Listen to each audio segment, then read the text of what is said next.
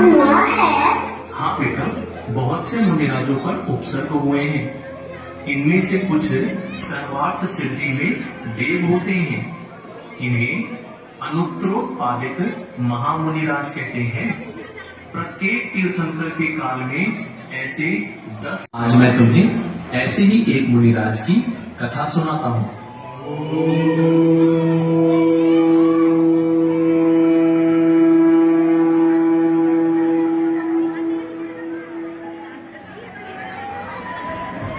उज्जैन नगर में एक सेठ और सेठानी रहते थे। वे बहुत ही धार्मिक और धन संपदा से संपन्न थे।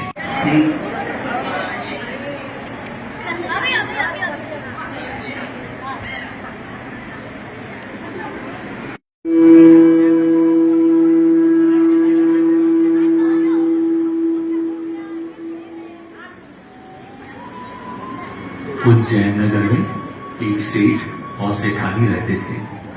वे बहुत ही धार्मिक। नमोस्तु महाराज जी, नमोस्तु महाराज जी। मुनिराज के दर्शन कर दोनों अत्यंत ही प्रसन्न हुए। मुनिराज के समक्ष बैठ उन्होंने अपने होने वाले बच्चे के विषय में पूछा। हे गुरुदेव, कृपया कर मुझे मेरे और मेरे परिवार के भविष्य के बारे में बताइए। क्या हम सभी अपना आत्मकल्याण कर पाएंगे? तब मुनिराज ने अपने अवधि ज्ञान से जान उन्हें बताया। पुत्र का मुख पहली बार देखोगे, उसी दिन तुम दीक्षा ले लोगे तथा तुम्हारा पुत्र भी जिस दिन दिगंबर होने के प्रथम दर्शन करेगा तो वो भी दीक्षा ले लेगा। मुनि के वचनों को सुन सेठ तो प्रसन्न हुआ, किंतु सेठानी मन ही मन उदास हो गई। की प्राप्ति हुई। पुत्र का मुख देखते ही सेठ को वैराग्य उत्पन्न हुआ और उन्होंने दीक्षा धारण करने की सोची। ऐसा करता देख सेठानी ने कहा, तो हमारा पुत्र बहुत छोटा है और आप दीक्षा ले रहे हैं। हम आपके बिना कैसे जीवित रह पाएंगे? किंतु वैराग्य तो कुछ नहीं देखता। सेठ ने दीक्षा धारण कर ली और जंगलों की ओर विहार कर दिया। हे स्वामी, मत जाओ, मत जाओ।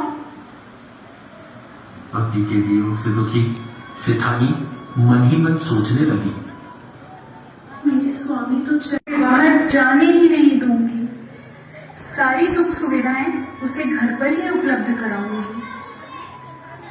ओह, कैसा है ये मोह, व्यक्ति को धर्म से ही विमुख कर देता है। समय की धार किसी के लिए नहीं रुकती। सेठानी का पुत्र भी धीरे धीरे बड़ा होने लगा। उसका नाम सुकुमाल था। जैसा उसका नाम वैसा ही उसका लालन पालन भी। सभी सुख सुविधाओं में वह धीरे धीरे बड़ा हो रहा था। उसे एक क्षण के लिए भी घर से बाहर जाने नहीं दिया जाता था। घर के बाहर पहरेदार थे जो यह देखते थे कि कोई मुनिराज आसपास भी ना आ सके।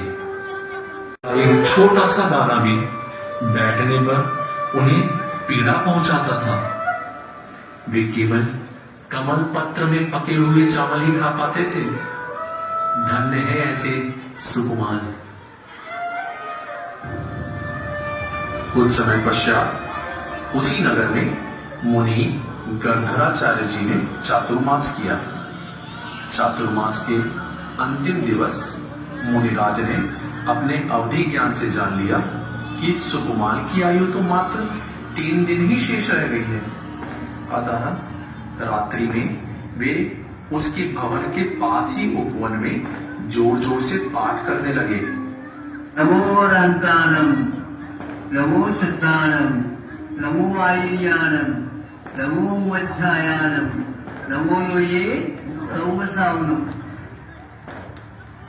मुनिराज की आवाज सुन सुकुमार ने जिज्ञासावश खिड़की के बाहर देखा और मुनिराज के दर्शन करते ही सुकुमाल को जाति स्मरण हो उठा तथा पूर्व भावों के दुख को देख उसे वैराग्य उत्पन्न हुआ।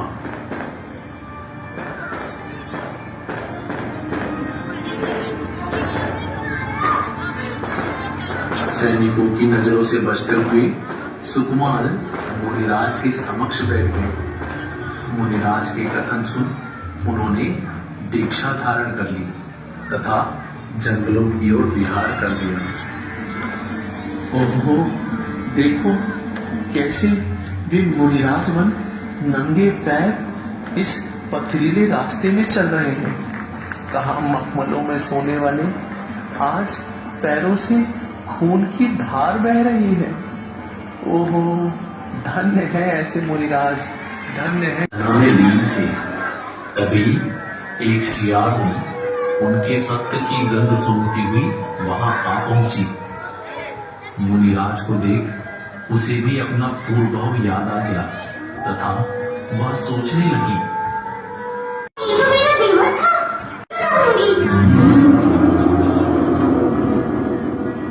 बदला लेने के लिए शियारनी ने महाराज का भक्षण प्रारंभ किया। इतने बड़े उपसर्ग में भी महाराज अपने ध्यान से विचलित नहीं हुए, वे अपनी आत्मा में ही लीन रहे। शियारनी अपने नोकीले दांतों से महाराज को नोचती रही। 3 दिनों तक महाराज को नाखूनों से नोचती रही, खाती रही।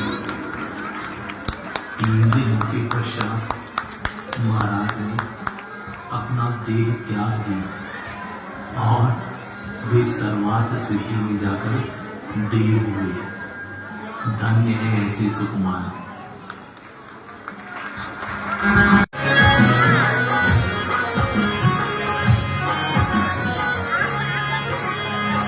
सरसों का भी एक दाना जिनके तन में